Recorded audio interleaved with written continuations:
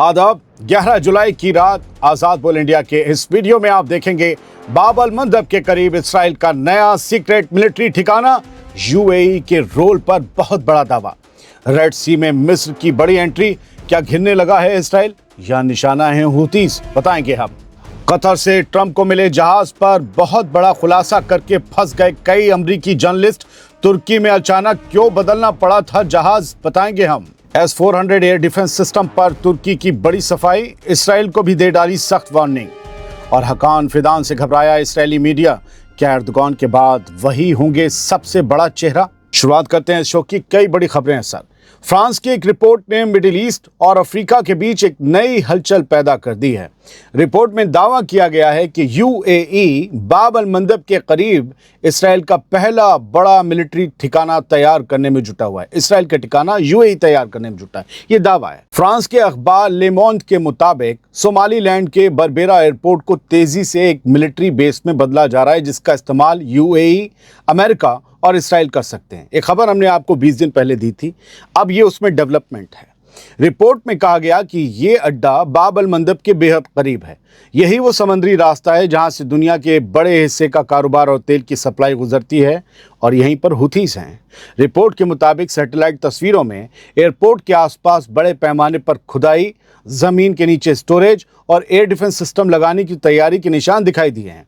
दावा है कि इस पूरे प्रोजेक्ट की अगुवाई यूएई कर रहा है और इसमें अमेरिका और इसराइल का भी साथ है। हालांकि इसराइल और सोमालीलैंड ने किसी ऑफिशियल मिलिट्री समझौते की तस्दीक नहीं की है।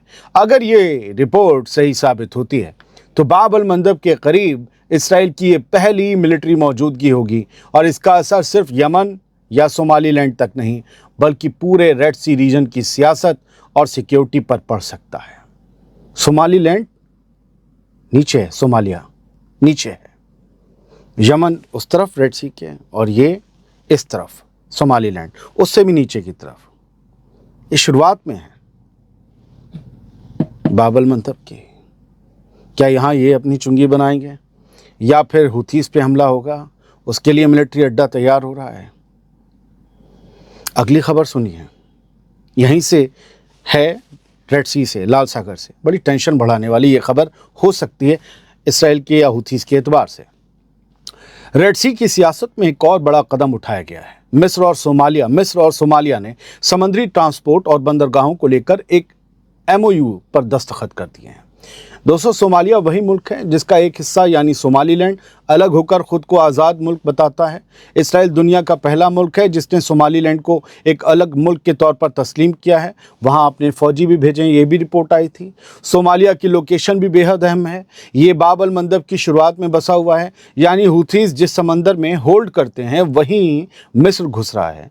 क्या मिस्र किसी मकसद से गुजर रहा है? याद रखिएगा, क्योंकि मिस्र जाने वाले तमाम कारोबारी जहाज़ या मिस्र की स्वेज कैनाल से गुजरने वाले तमाम जहाज़ पहले यहीं से एंटर होते हैं रेड सी में। उधर तुर्की पहले से ही सोमालिया के साथ अपनी नज़दीकी बढ़ा रहा था, और अब मिस्र भी अपनी पकड़ सोमालिया में मजबूत करने की कोशिश कर रहा है। यानी तुर्की और मिस्र एक साथ सोमालिया में, यानी इसराइल के दो दुश्मन अब सोमालिया से ताल्लुकात गहरे कर रहे हैं। दोस्तों, बात सिर्फ इतनी नहीं है। इससे करीब 1.5 महीने पहले मिस्र ने, इजिप्ट ने हॉर्न ऑफ अफ्रीका में बसे मुल्क इरिट्रिया के साथ भी एक बड़ा समझौता किया था। इरिट्रिया रेड सी यानी लाल सागर के दूसरे किनारे पर है, बीच में लाल सागर है, बिल्कुल यमन के सामने बसा हुआ है, उधर यमन है। अगर हुथीस के हमलों की वजह से लाल सागर में खतरा बढ़ता है तो इरिट्रिया का इलाका जहाज़ों के लिए अहम साबित हो सकता है। इधर से लग के जहाज़ गुजरेंगे। याद रखिए, रेड सी के आखिर में ही मिस्र की स्वेज कैनाल है, जहां से यूरोप और दुनिया भर के बड़े कारोबारी जहाज गुजरते हैं। यानी मिस्र सिर्फ दोस्तियां नहीं बढ़ा रहा बल्कि लाल सागर के पूरे समुद्री रास्ते पर अपने लिए ज़्यादा महफूज रास्ता बनाने की या एक पाथवे बनाने की कोशिश कर रहा है समंदर में। स्ट्रेट ऑफ हॉर्मुज़ में जो हलचल मची है, ईरान और अमेरिका के बीच जो जंग हुई और अब भी जिसके आसार हैं, 11 जुलाई में भी अभी आसार कमज़ोर नहीं हुए, उसके बाद सब ने कहीं ना कहीं से ये देखना और समझना शुरू कर दिया कि हमारे जो रास्ते हैं उन्हें और कैसा महफूज बनाया जाए, कहीं फ्यूचर में इनका हाल वही ना हो जाए, कहीं ऐसा ना हो कि हुथीस भी बाब अल मंदब को बंद कर दें ईरान की हिमायत में।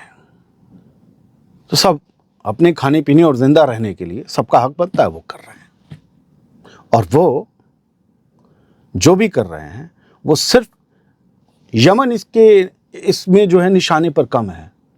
اصل میں یہ ساری جو کھلبلی ہے، ڈر ہے، وہ اسرائیل کے صومالی لینڈ میں آنے سے ہے۔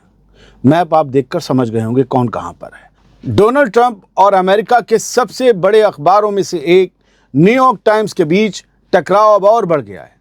10 جولائی کو نیو یارک ٹائمز نے ایک رپورٹ میں دعویٰ کیا تھا کہ قطر کی طرف سے امریکہ کے صدر ڈونلڈ ٹرمپ کو تحفے میں ملا نیا ایئر فورس ون ابھی تک پوری طرح محفوظ نہیں ہے۔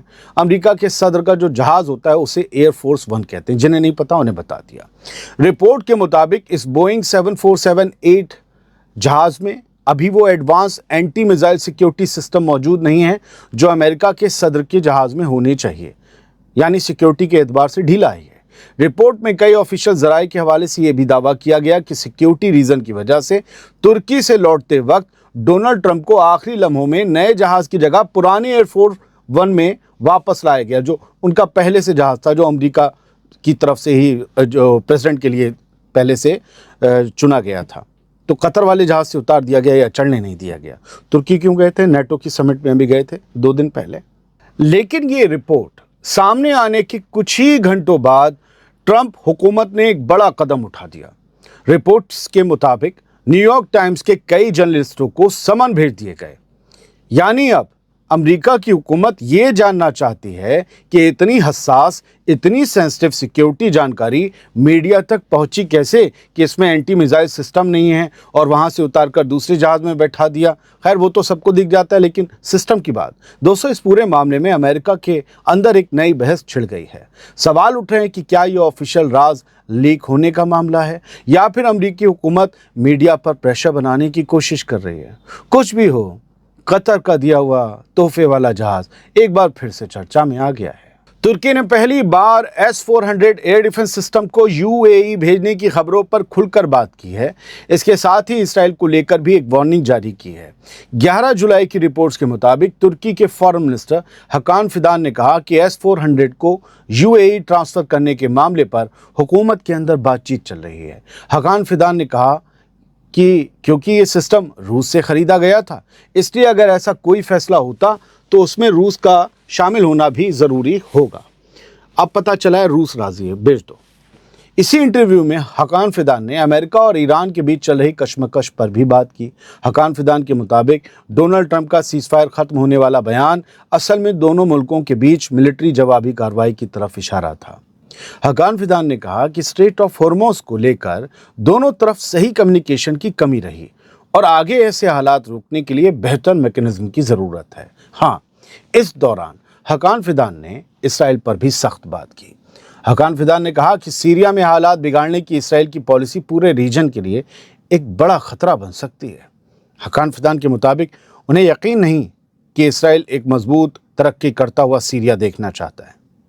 انہوں نے اسرائیل سے اپنی موجودہ پالیسی بدلنے کی اپیل کرتے ہوئے کہا کہ دوسرے ملکوں میں بے امنی اور بٹوارے کے ذریعے اپنی سیکیورٹی، اپنی حفاظت تلاش کرنے کی سوچ چھوڑنی ہوگی، اس سے تم کبھی سیکیور نہیں ہوگے، انسیکیور ہی رہو گے۔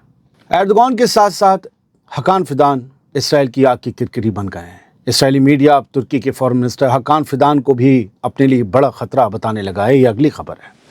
یہ نئی رپورٹ ہے جس میں دعویٰ کیا گیا ہے کہ حکان فیدان آگے چل کر رجب طیب ایردوغان کے بعد ترکی کی سرکار سنبھال سکتے ہیں اور ان کی وجہ سے ترکی اور اسرائیل کے رشتے اور زیادہ خراب ہو سکتے ہیں۔ رپورٹ اسرائیلی ہے اور اس رپورٹ میں حکان فیدان پر کئی الزام لگائے گئے ہیں۔ دعویٰ کیا گیا ہے کہ حکان فیدان پر پہلے اسرائیل کے جاسوسوں کی معلومات ایران تک پہنچانے کا شک جتایا گیا تھا۔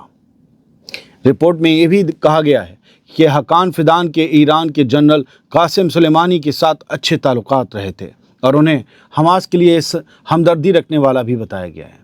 اسی وجہ سے اسرائیلی میڈیا میں اب یہ سوال اٹھایا جا رہا ہے کہ اگر آنے والے وقت میں حکان فیدان ترکی کی سب سے بڑی سیاسی طاقت بنتے ہیں، صدر بنتے ہیں، تو کیا ترکی اور اسرائیل کے رشتے پہلے سے بھی زیادہ خراب ہو جائیں گے؟ اچھے تو تھے ہی نہیں، خراب ہو جائیں گے، سوال اٹھ رہا ہے، کیونکہ ایران سے اور ریزسٹنس موومنٹ سے حکان فیدان کے تعلقات بہتر بتائے جاتے ہیں۔